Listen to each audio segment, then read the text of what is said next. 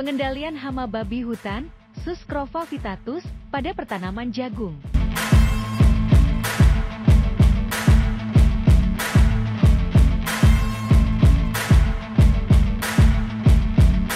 Pada dasarnya, budidaya tanaman jagung senantiasa berkembang secara positif sebagai upaya untuk meningkat produktivitas tanaman dan kualitas hasil.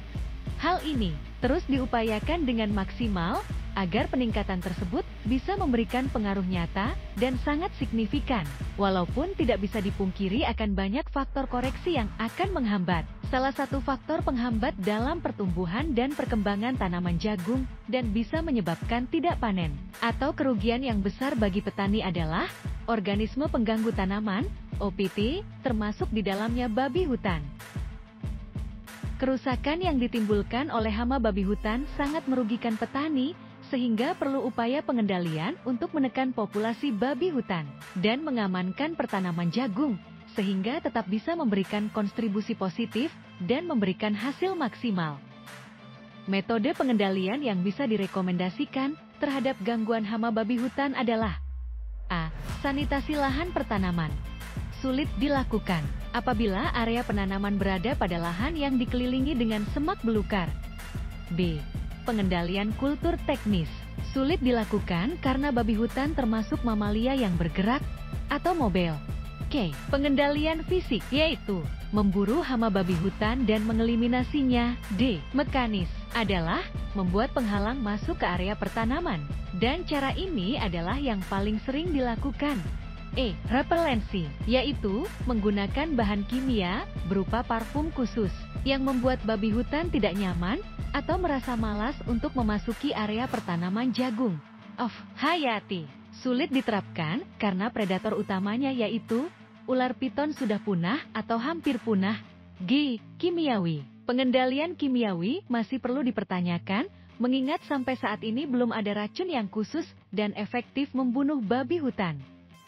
Berdasarkan penelitian yang pernah dilakukan dan hasil pengamatan di lapangan, maka dalam pertemuan kali ini, kita akan membahas mengatasi gangguan babi hutan melalui pengendalian mekanis, repelensi, jebakan, dan perangkap.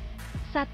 Pengendalian mekanis babi hutan, yaitu usaha untuk menghalangi babi hutan memasuki areal pertanaman jagung dengan membuat barir fisik, misalnya A.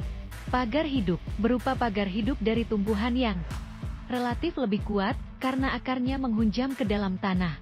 B. Pagar kawat bekas ban, memanfaatkan kawat ban bekas, biasanya cukup efektif dan bisa menghalangi masuknya babi dengan baik. Q. Pagar kawat dengan kombinasi waring dan bekas mulsa plastik. Selain menjadi pagar, juga menutup pandangan babi hutan, sehingga tidak tertarik untuk memasuki area pertanaman. D. Membuat parit yang cukup lebar dan dalam di sekeliling pertanaman. 2. Repelensi, yaitu menyemprot parfum yang aromanya tidak disukai babi atau repelen. Parfum ini diaplikasikan pada pagar yang telah dibuat sebelumnya. Berdasarkan dari beberapa temuan kreatif petani di lapangan, maka pemilihan bahan parfum yang tidak disukai babi hutan adalah aroma lavender dari Rafika, yaitu bahan pewangi untuk mensetrika. Bahan tadi disemprotkan basah pada waring atau mulsa.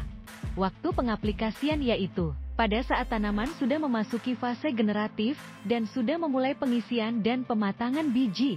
3. Jebakan adalah menangkap babi hutan dengan menggunakan beberapa jenis perangkap. Jebakan ini bisa dibuat kotak besi atau kayu atau juga kawat. 4. Perangkap berupa pemasangan umpan berpancing dapat dilakukan dengan umpan yang disukai oleh babi hutan, misalkan ubi kayu, ubi jalar, cempedak, nangka, pisang, dan lain-lain. Pada umpan ini dimasukkan mata pancing yang jika tertelan akan merusak sistem pencernaan babi hutan tersebut hingga mati. Peletakan umpan berpancing harus pada lintasan babi hutan. Demikian dari kami, semoga berkenan dan bermanfaat.